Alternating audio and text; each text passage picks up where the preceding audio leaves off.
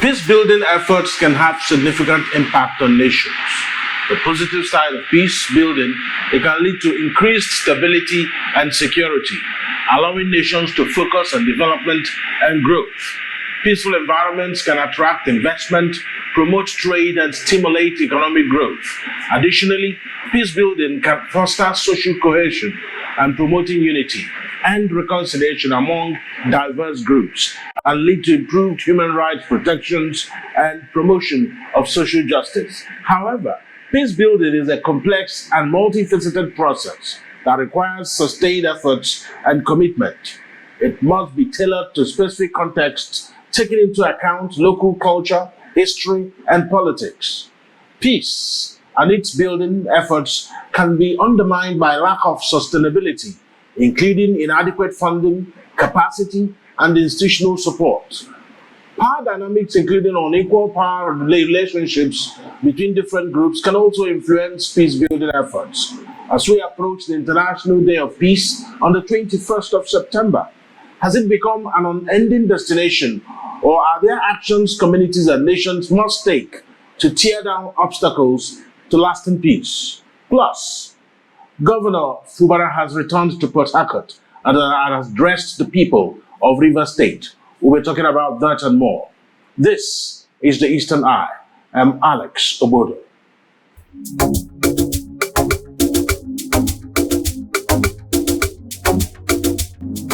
Welcome to the Eastern Eye, a program that X-rays the political, social, and economic developments around us. Joining me tonight is Chukwuma Ephraim Okenwa. He is the Executive Director, Lead Network Africa. Thank you so much, Ephraim Okenwa, for joining me tonight. The pleasure is mine.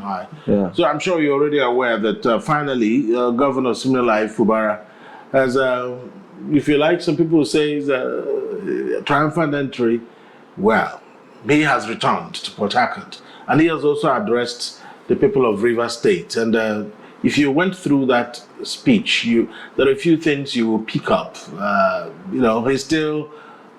It doesn't seem like a lot has changed about his mindset, about how things will go, especially regarding stakeholders and the people of Rivers. Are you getting any sense that maybe this is a new Fubara, or is it just the man has just returned after 6 months break? Certainly a new Fubara, because a lot of dynamics has changed for these 6 months, considering that you have like a governor who wanted to show his mettle. He wanted to give his ego a chance, his vision.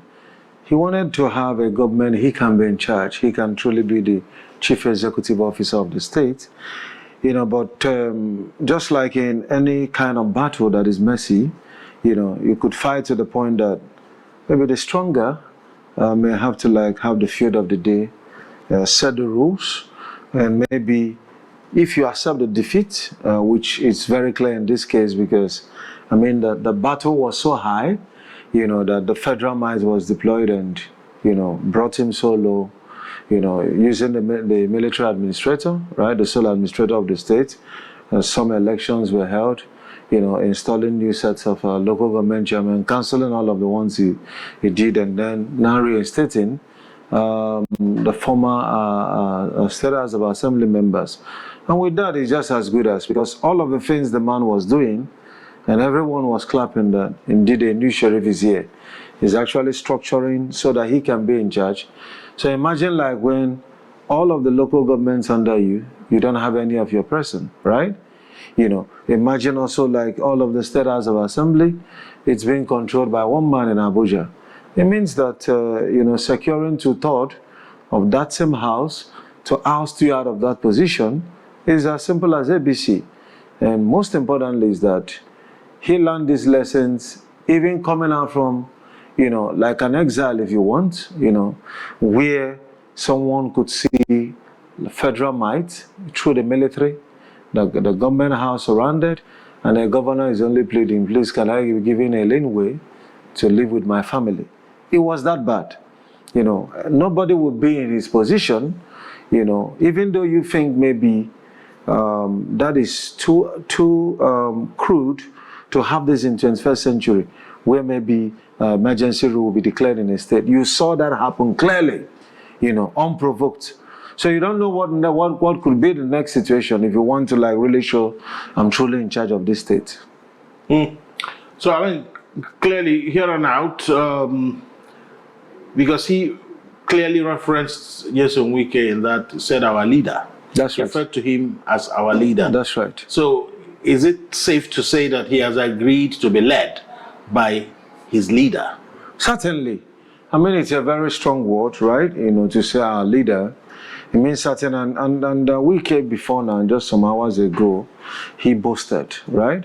And said if they want, they probably would have just do one or two things and the emergency rule continues in Rivers, who knows for how long, you know. So he was speaking of how gracious himself and the president is to have considered to restore. And the way he's actually sounding, like President, our father, Wike, our leader, you know, I'm just wondering what may have gone, right? You know, in the heart of someone who once, after he was called into the presidential villa, looked at the 8 conditions that were set there and caught a bluff, right? He decided to take the fight, and I'm sure it would have been a case of one blow, 7 elbows, right? Yes. Yeah, clearly. Do you think that Governor Fubara is traumatized? Certainly.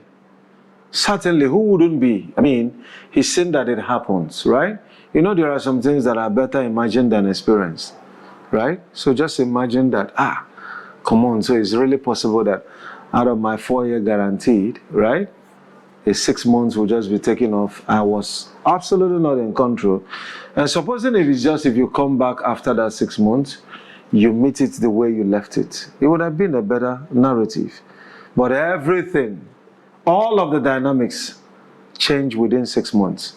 So I am sure that he's coming back more or less like a stranger in his own state. Everything becomes suspicious to him, right?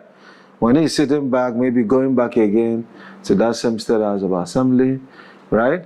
You know, trying to work together with them, and, you know, they are practically like really going to drag him, right? You know, and he's going to find a situation where he just find out that, okay, anything he wants to do, right?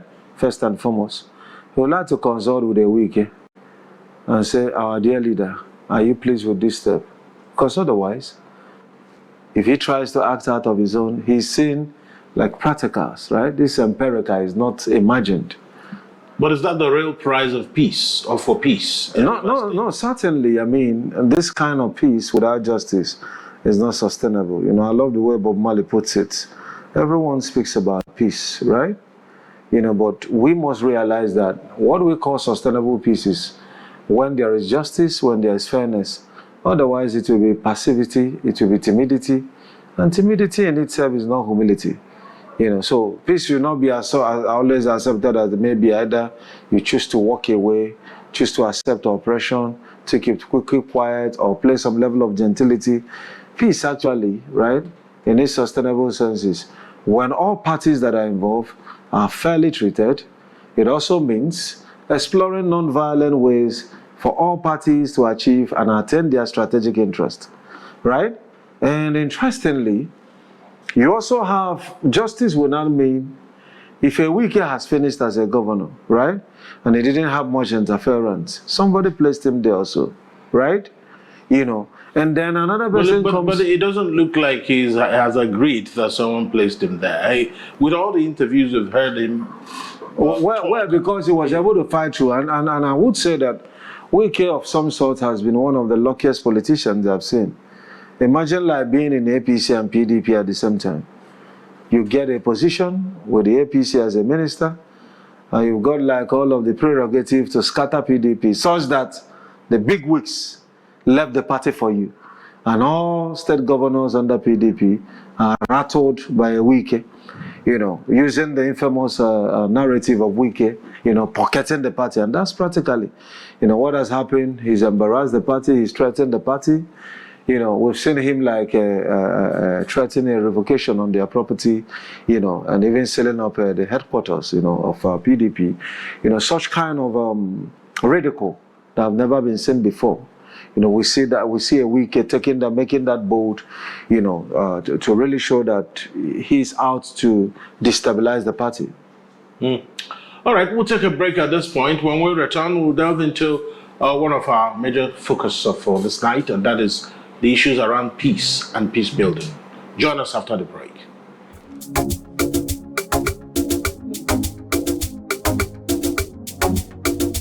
Welcome back to the Eastern Eye here on Afia TV, a program that aids to raise the political, social, and economic developments around us. My name is Alex Obodo.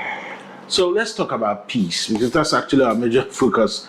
Well, because, Fubara just entered, so we just needed to have a little bite at the issue. Let's talk about peace. A lot of people always talk about peace within the context of absence of war. Is that what it is, really? Well, peace does not necessarily mean absence of war. Rather, peace would mean, first and foremost, exploring other means other than wars, which may include diplomacy and, by extension, negotiation. So you want to follow some processes that could forestall the possibility of a war. Peace will also mean, if a war eventually breaks out, in an unlikely situation where all that needed to be done were done, but eventually, a war breaks out. Peace also still have a place. And that's why I say that peace must not be associated with weakness, because even in the midst of the greatest of all battles, peace can step in, right? To calm, high nerves and restore order and normalcy. We've seen that all happen in time past, where perhaps two warring parties has looked at it on both ends. Everyone is tired. Everyone has actually had a fair share, of destructions, and they decide to give peace a chance, right? In some cases, it could even lead to declaring, you know what, it's not all about winning, no victor, no vanquished. Let's strike a deal. Let's move forward. What is your strategic interest? What is mine? What is that thing that is the point of disunity and disagreement? How can we, make concessions for that? Because oftentimes in achieving peace, there has to be some compromise. You mustn't in every case get 100%, right? That's right. Yes. So you look at, you have to make some trade-offs. Yes, you have to be ready to shift grounds. And so do you think that, of course, I'm bringing in the Fubara issue, because reading through his speech, it sounded like he's explaining to Rivers people why he accepted all the conditions, that the reason why he's accepting it is for the peace and tranquility of River State. But was River State really at war? Yeah, honestly, yes, you will, because the sovereignty of the state and then the level of independence the state should enjoy, was being encroached, by a political actor who believes that Rivers is his political base and that no man should collect his base from him. And it does appear that the conditions that were set for him, were too costly for the state, and he had to pose some level of resistance. And I see Fubara as a man, and as a real man at that, right? Because real men, they know how to stand. They know when to take a fight, right? It's all part of the process. I've not seen any nation, including non-allied nations, that don't have defense. And no nation agrees that they have Ministry of Offense. There's always defense. We have the right to respond, right? So, because if you as a nation can exist without the right to defense, come on. In the course of interest, some other people's interest could stray into yours. Because don't forget, in political science, we see every human as an interest being. And by extension, that every nation has a national interest which informs their foreign policy and objectives. So in the foreign scene, you have your strategic objectives. That is what informs your alliances. That is what informs your partnerships. That is what informs the bilateral relations and even the multilateral positions, maybe in intergovernmental platforms like the United Nations. And then based on that, when you now find out that maybe your interest is being impeded or challenged by another nation, you have two options. You could challenge that through a war, which nobody any day can ever evaluate the potentials of a war. I mean, like, I'm sure when Putin started the warfare with Ukraine, it was probably estimated that within 2 weeks, everything should be over. When the Nigeria Civil War also started, I mean, nobody would have expected... First of all, they called it police action. Yes. That was what it was called. Nobody would ever imagine it's going to be like a 30-month war. It's only like a kind of and I know some people actually, right, have entered into a war, and it can take shapes in different forms, right? I can't forget one fight I watched during the very interesting days when people can fight with hand. Now, in any little thing, somebody is looking for 2x4, right? But something interesting happened. A young man who thought himself above his height was fighting with, somebody that don't look it, he looks very peaceful in quotes, but he was a lion, right? And then when the fight started, what he saw, he literally was seeing many hands from one person, dealing with his ego. And eventually, right, he was lucky some people were trying to hold him back, right? And then he was like, leave me alone, let me finish this guy. And they left him. And when he got to a point, one guy was not like, the guy that hurt him so dear. And said, okay, I want to grant your wish. And say, can I ask you, if you are given 2 hours to just touch this guy with one blow, do you think you can do that? Right? And the guy just looked at him and said, get away, and walked away himself, because what he saw, he actually needed people to hold him.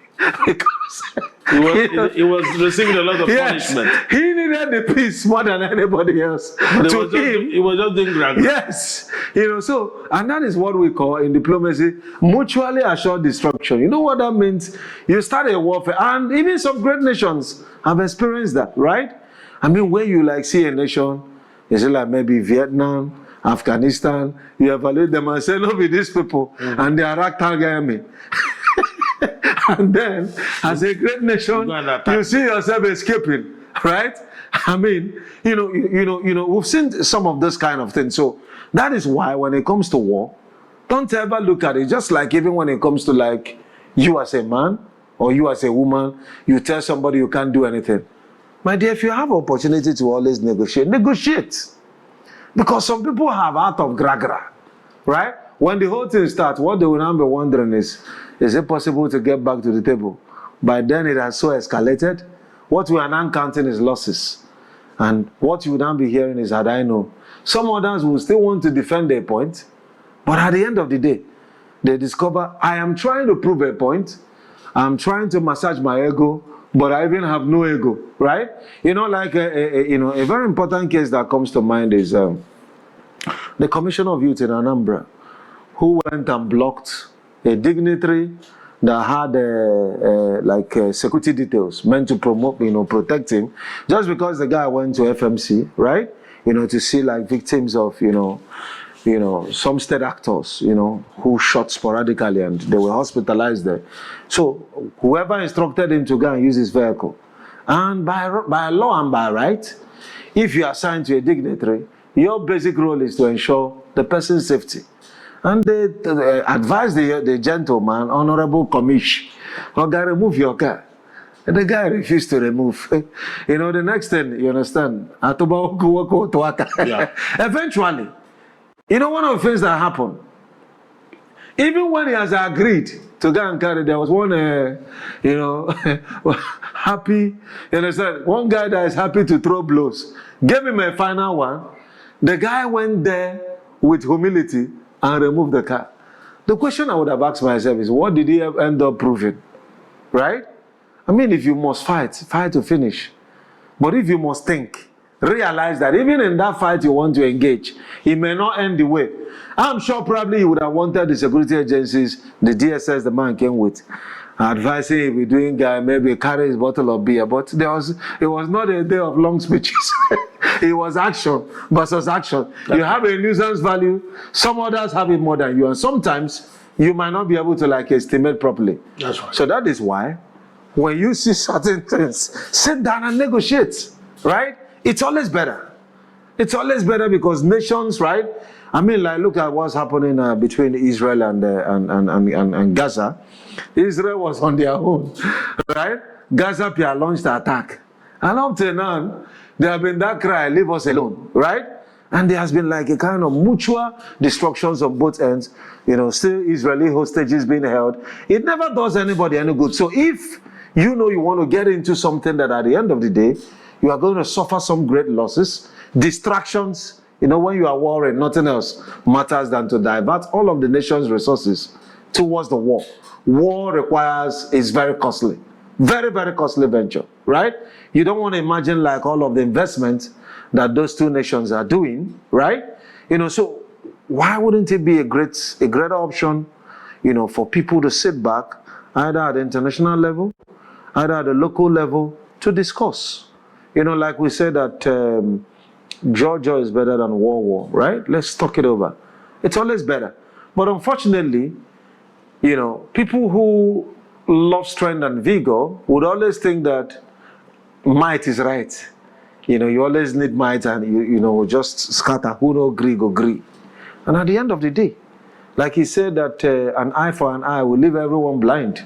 You know, when it's more or less like even give room, someone take your eye, you take the eye, and the next thing everybody's blind. Goes blind. Yes. All right, let's talk about power dynamics here. What role do you think power dynamics play in influencing peace building efforts, and how do you think that can be addressed? Because Yes. you've touched on it a bit here, but needed to expand. Yes. So let me say something which is very important, especially when it comes to like, so let's look at it from the point of multilateralism, and then we'll get to the national level, right?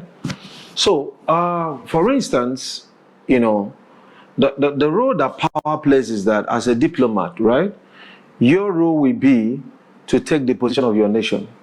It doesn't matter whether you're a professor in diplomacy.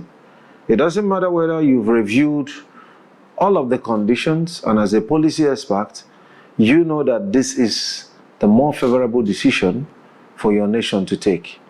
But then if the president and political actor says, this is it, that is where you have to stand, no matter how brilliant you are. And that is why part of the definition we give in diplomacy is that a diplomat is an honest man sent on behalf of his nation to tell lies, right? You know, why is a lie is that this thing doesn't make sense. People know you understand international politics, international laws, right? Some of those dynamics, and expect you to, you know, take better. But the way you will be expected to just stand up and say, we vote against this or we vote for this, that represents, you know, the position of political actors, and it will be called national interest. Meanwhile, it could just be Mr. President or the Minister of Foreign Affairs with the backing of Mr. President that feels, you know what, let's even go and stand with Gaza, right? Meanwhile, a non-allied policy probably may foster our own strategic interest the more. Because for any nation to be able to align when there are two warring nations, what should guide your interest is, what is in there for me? If I stand with Ukraine, what do we stand to gain as a nation? If I stand with this, what? Because it's all about interest. But if you don't have, if it doesn't even align with your national interest, and you say we support what Putin is doing, you would actually be pitching yourself against Ukraine, right? Taking, you know, analgesics on someone else's headache, and that is very devastating, right? You have to choose your battles. But most importantly is that all over the world, right? And as a matter of fact, the very purpose why the UN is established, amidst all of the resolutions and all the rest, the UN stands on 3 pillars. Number 1, global peace. Secondly, human rights, right? And then thirdly, shared prosperity or development for all, right? These are the 3 core pillars. And then, but the first pillar is peace, because the UN is a child of necessity, right? You know, the Second World War happened in quick succession of just 21 years after the First World War. And by that estimation, it would have taken almost lesser to have a Third World War. But over 80 years now that the UN, you know, has been established, there have not been a Third World War, you know, a war of such kind of magnitude. And even with the nuclear capabilities now, right? You know, one will be wondering, what is the essence of this if nobody's planning?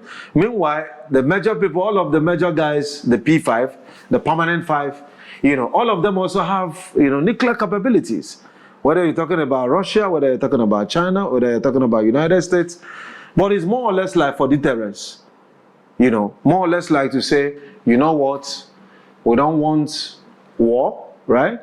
But perhaps if any nation comes up and wants to destabilize the world peace, I think we are ready, like we did it to Japan and Germany in the Second World War. And you know that when Japan gave in, right? Hitler killed himself. Germany, Japan was still fighting, bombed Pearl Harbor, and the only thing that could save them that could save the world, right? From a determined Japan, was the very fact that America has already launched the Manhattan Project, right? Led by Oppenheimer and other scientists, and they were far away researching on how to develop nuclear capabilities, and that was the only thing that could bring Japan to their knees. Even after the first bomb were launched, they didn't give in. It took the second one, and nobody told them that who no agree, go agree on the platform of agree.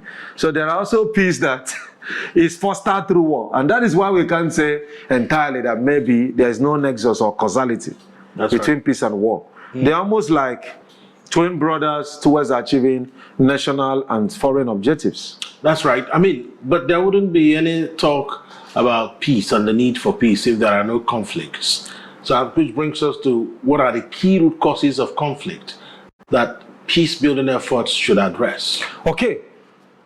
So the real causes is that, like, naturally, in fact, it's a natural phenomenon, because you keep wondering, Alex, if we want to use the basic unit institution, which is the family, it's meant to be a love union, right? But these two people who stay together for years can't still understand themselves perfectly in order not to have conflict of interest, right? You want to go here, and then there are arguments. You don't want fan, this person want fan. There are arguments. You don't want to eat this soup today, this person want to even eat rice. All of these little things are just based on interest. There are bound to be conflict. But the problem is that when conflict comes and it's not properly managed, and that introduces us to the second dimension. First dimension is that it is good to have interest, but then those interests naturally result to conflicts of interest, right? Interests could be conflicting, but when those conflicts resulting from it are not properly managed, it could lead to escalation. Don't forget, these two persons who faces the same thing others faces, but choose to manage it poorly, it could lead to the point of injuring one another, gender-based violence. Sometimes it could lead to divorce. And I tell you, with 8.2 billion people or more in our world, some people's marriages, if you upscale that kind of katakata for every two persons on earth, it will be worse than, anything that could, be done by nuclear capability in the Third World War. Like the way some man and wife shout in the yard, causing like when temperature start everywhere, it's vibrating like full-blown war, right? If you upscale that let the war be a free-for-all for the next 1 minute, quarrel any person you see, using Mr. and Mrs. Annie as a case study. That's right. And then, command it just in 1 minute. Including the ozone layer will be fully depleted in 1 minute, and the sun's direct UV rays, right, is going to like a kind of unleash upon every one of us, like all of the nuclear warheads in some of the nations with nuclear capabilities might not be able to achieve. That's right. There's a lot of talk, especially in this part, about enabling environment. And then, what is the relationship between peace building and economic growth? And how can peaceful environments attract investments? I'm sure this sounds like something you have from all the governors. Almost every governor is saying this. Yes. They're providing enabling environment. But somewhere in that speech, they're telling you they're fighting insecurity. Yeah, you see, the thing there is that one of the things where Nigerian government need to invest into is human security. Security is in dimensions. The security is not just only kinetics, where they shoot them, invest into guns. You have intelligence gathering as an aspect, you have human security, where you talk about job security, food security, where you de-incentivize your citizens to even consider crime, right? I mean, a hungry man is an angry man. When nations come up, rich nations that build the economy through industry and start paying unemployed citizens, it's because an idle man is the devil's workshop. They know what they are doing. It's part of like a security strategy, right? That this guy that is idle might feel he's not cared for, he doesn't have any means, and the next thing is he will lead to jealousy and envy. The next thing is thinking of how do I stop another person that is making progress. But if you can give him health insurance, give him some money, maybe to run one or two things for himself, perhaps it could be responsible, he could feel cared for, right? And maybe that could discourage him from crime. So when like any government is thinking of like building sustainable peace that will attract environment, then you must be a government that listens to the people, right? Don't just make decision and be up there. You must gauge the temperature, right? You don't just force everything on the people and say, okay, it's all for your good. Anything that should be for the good of the people, let them know, carry them along, right? Let them be part of the process. Let them be part of the thinking. Let them be part of the conversation, because at the end of the day, they are the one that will pay the bills. They are the one that is going to bear the brunt of it. They are the ones that is going to send some of their husbands to serve in the police, in the security outfit, even people that is going to serve in the civil service. So get them involved. Let them know that all of these processes is for them. And with that, what basically is peace and tranquility and harmony? A situation where everyone feels fairly treated. Because what brings conflict is, number one, oh, you're impeding on my interest. Two, why are you being unjust to me? This is not fair, right? Or the way you spoke to me, I don't like it. Or the way you want to take that which belongs to me, I don't like it. These are just like little things. If you take a case study in the family, right? Maybe someone keeps food, the younger brother comes and eats it, no permission. And there's already shouting. And parents are trying to practice conflict resolution. The thing there that leads to war is that it's only amplification of some innate things, right? That happens at the microcosm level, right? Which even at that level, sometimes, I can tell you one of the sad stories we experienced, as a young boy growing, where just two brothers born, right? With three sisters. And then they started dragging for food, just pot of food, rice. And one of them carried this fork, in the belly of the younger brother, like teenagers. And the person died, the boy died instantly, right? And the family did everything, just tried to find, because he did that and ran away. And they really pretty much wanted like a son. They were now saying, please, if you see him, tell him to come back. We're not going to condemn him. We can't lose two sons at the same time, right? Something as little as the pot of, not even the main dish, right? So that really tells you that any conflict that is not handled properly, it could escalate. Or that people do not even have the right attitude towards managing conflict. Like I tell people, and we teach in conflict resolution, when conflict comes up, do not fret. Do not see it as something unusual. As a matter of fact, it's indispensable, right? It's indispensable. Conflict has to arise. But what makes all of the difference is the approach, how you go about addressing it. That's what makes the difference between two warring nations, between A and B, and the speed with which they can secure a peace deal. A warring couple and partners, warring communities, maybe dragging land and boundaries, right? This can come in different forms. Or even like our diversity as a nation, which we are so poorly managed, that after over 100 years of staying together, there are still some things that are issue on Moibo, 21st century, right? There are some things that when you see happen in Nigeria, saying you don't know what to ask for, whether everybody should just go his way, or whether if we have to be together, right? We have to renegotiate. Not a situation of pretending as if everyone is. Someone will look at you on the international scene and say, this is Moibo. I don't know what I get. So it doesn't really work like that, all right? We must call a spade and not a family implement.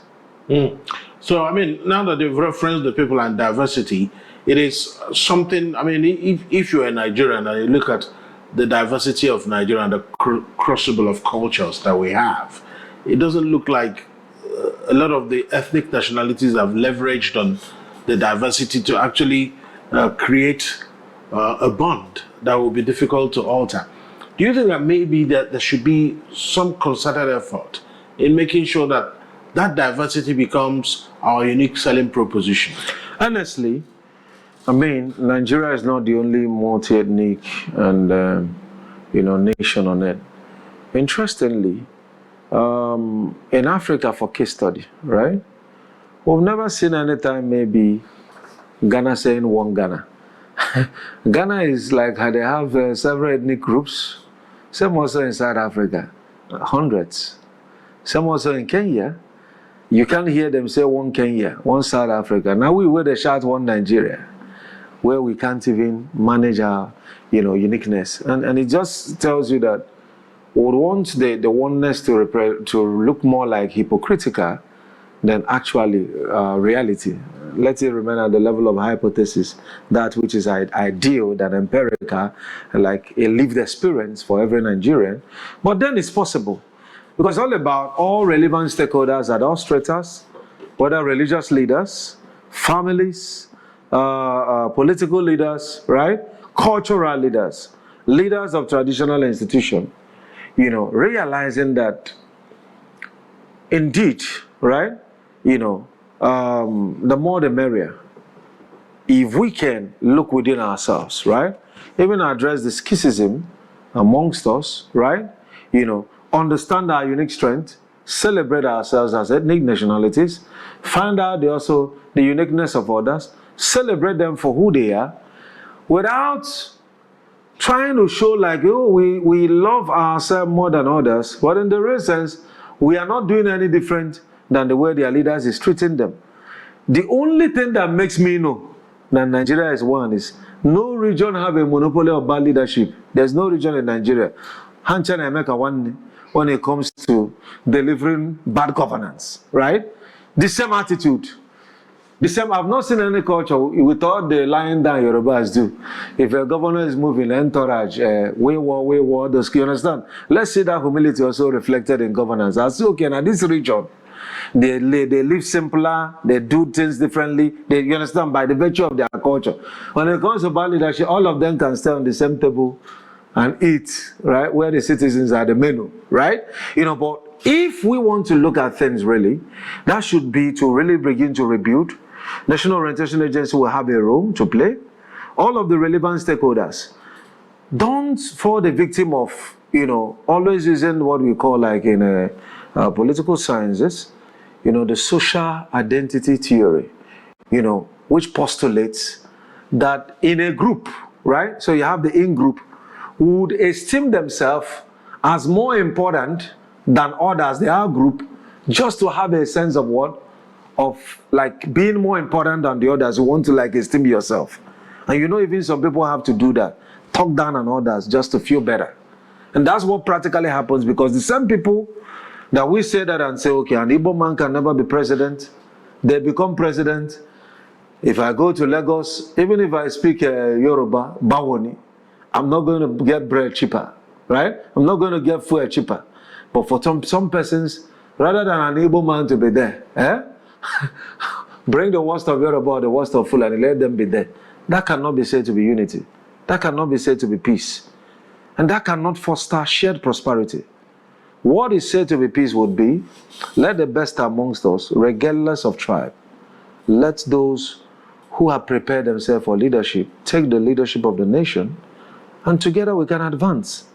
But when it's all about like divisive politics, things that should serve for our uniqueness, like respect for one's religion, I mean, the simple truth about like religion that is really very interesting. People come with all claims.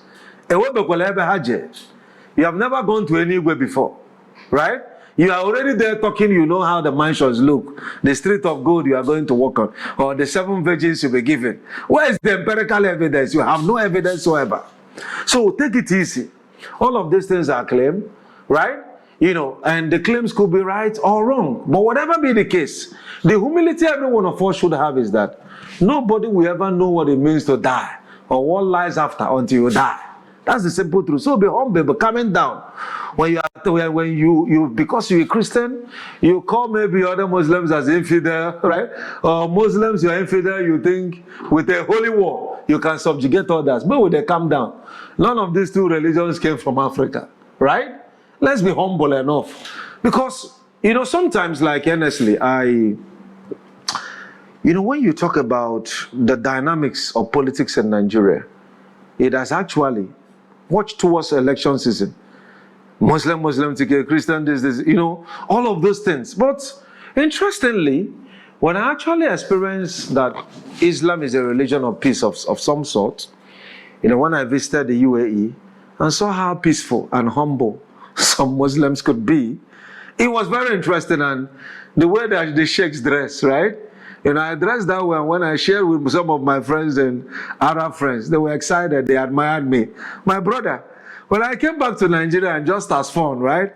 And they see me dressed like sheikh, nerves began to rise, right?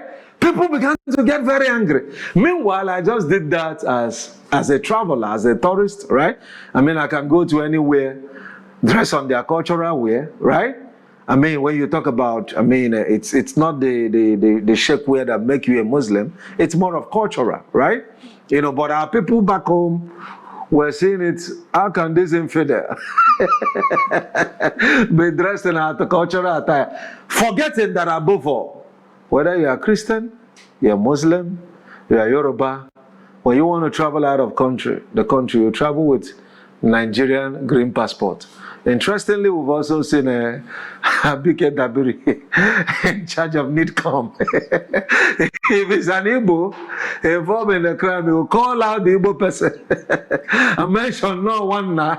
If it's a Yoruba, they show the person Nigerian, a Nigerian. Until some others will, whenever he says a Nigerian, right? Or in many cases, he wouldn't even tweet that. It is some others that will say, Mrs. Dabiri, did you see this particular instance, right? And maybe you are playing the ostrich. You can imagine like someone managing a very sensitive commission like NIDCOM that should be in charge of the welfare of Nigerians and diaspora being that divisive and a bigot. When you begin to see how things are not working the way it should work in our nation, just know it's not because we don't have the right heads and people that truly love the nation and can fix things. It's just simply like putting just people who do not even share the value. Imagine someone who don't believe in federal character is heading Federal Character Commission. He will only use that as, like I tell people, things that can be used as a tool can also be used as weapons. It all depends on the intent, right? So Federal Character Commission, INEC, and NOA, some of these platforms are designed to build social cohesion, national unity, but you might choose, as someone in charge of those platforms, to either use it as a tool and as a weapon, which most of the time our political class prefer, to weaponize what should be the instrument of governance, instrument of justice, to weaponize it against the weak. And it shouldn't be so. You know what? Of course, it's on the 21st of September. That's the International Day of Peace. So, already I'm seeing that there are different things lined up, including yours. So, wish you all the best. Thank you. Sunday, people go out to maybe reflect on the need for peaceful coexistence. And maybe that will be the tonic we need to have that, as most of the governors will say, enabling environment for investments to thrive. Thank you so much. Thank you so much. Thank you so much. The executive director, and then I said CEO, the executive director, Lead Network Africa, but he is CEO. That's the acronym for his name, Chukwumai from Okewa. Thank you so much. That's the Eastern Eye for tonight. We'll see you again another time. My name is Alex Obodo. Good night.